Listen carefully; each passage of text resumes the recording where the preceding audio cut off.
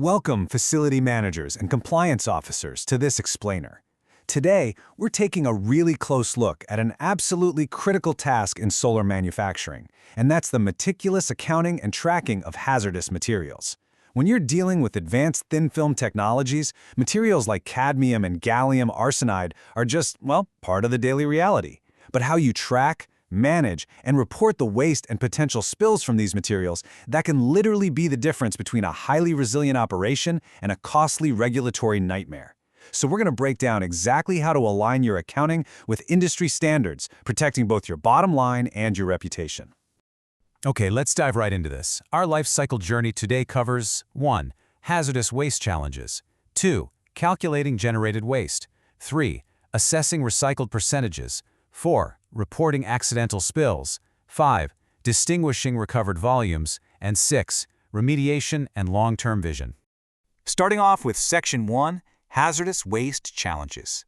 So, in the world of solar panel manufacturing, especially with thin film tech, we rely on highly specialized materials, things like cadmium, gallium arsenide, copper indium gallium selenide. Now, these present some pretty significant handling and disposal risks. If they aren't properly managed, they can cause serious adverse health and environmental impacts. Effective management isn't just checking a regulatory box, it's a strategic move to reduce costs and avoid massive unexpected cleanup bills. But to manage hazardous waste, we first have to agree on exactly what it is. According to the SASB standards we're looking at today, your very first point of reference should always be your local applicable legal frameworks. But what if you're in a jurisdiction where the definitions are a bit blurry? That's where the gold standard steps in. The UNEP Basel Convention. It provides a universally recognized framework to classify these materials, so your reporting is rock solid no matter where your facility is built. Moving right along to Section 2, Calculating Generated Waste. The goal here is simple but crucial. Figure out exactly how much hazardous waste your facility actually produces during its controlled day-to-day manufacturing. Think of this as the ultimate flow diagram for declaring industrial waste. First, as we just said, identify your local frameworks or default to the Basel Convention. Second, calculate the total weight of the hazardous waste you generate. And third, isolate the exact portion of that waste that is successfully recycled. Sticking strictly to this sequence ensures your data is perfectly standardized for formal sustainability disclosures. Now, here's a vital operational detail. When you're adding all this up and officially recording your generated hazardous waste, the standard unit mandated by SASB is metric tons. It sounds incredibly simple, right? But unshakable consistency with your units is the bedrock of accurate tracking across global facilities. Next up, Section 3, Assessing Recycled Percentages. We've measured what we made. Now we need to track exactly where it goes.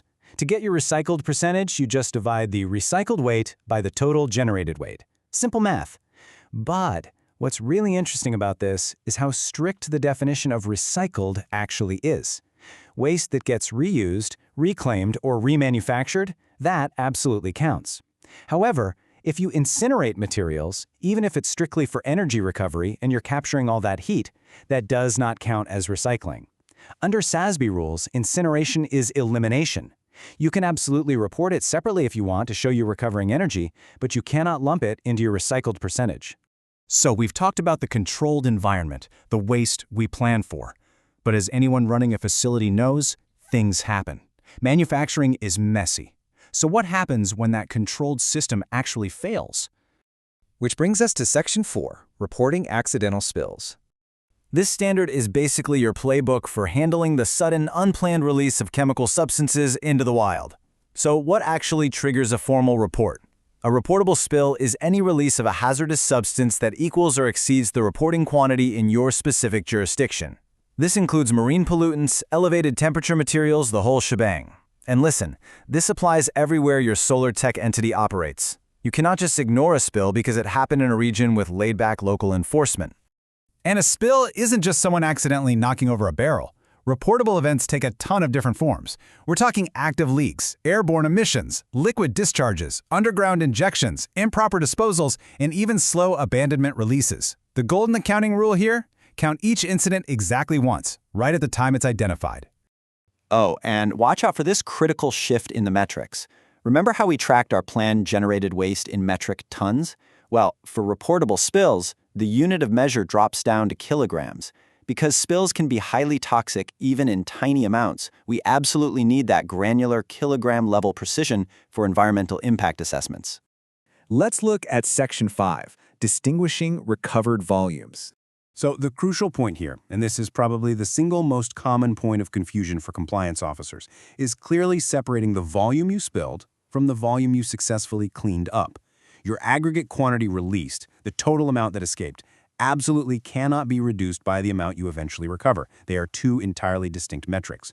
You report the gross amount spilled, and then you separately report the quantity you managed to recover through short-term response. You can really see the stark difference when you visualize it. Your total spilled is a fixed bar. Your total recovered is completely separate. And note this very carefully. Your recovered quantity strictly excludes anything that evaporated, burned, or dispersed.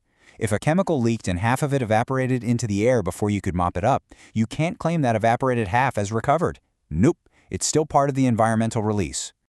Finally, Section 6, remediation and long-term vision. Look, emergency responses are vital, for sure. But true environmental stewardship in solar manufacturing means looking way beyond the immediate cleanup. You have to transparently discuss your long-term remediation activities.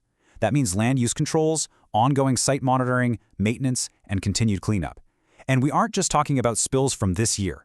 You're required to report on activities for spills that happened years ago, or even from abandoned legacy operations. It's all about total historical accountability for the land you're operating on. Which leaves us with this final, pretty massive question. When you look at your hazardous waste ledgers and your spill reports, what are you actually seeing? Does your facility's waste tracking merely meet basic check-the-box compliance? Or does it drive genuine operational resilience? Because properly utilizing these metrics allows you to spot inefficiencies, prevent disasters before they even happen, and truly lead the way in sustainable solar manufacturing. So, are you going to use this data just to report the past, or are you going to use it to protect your future?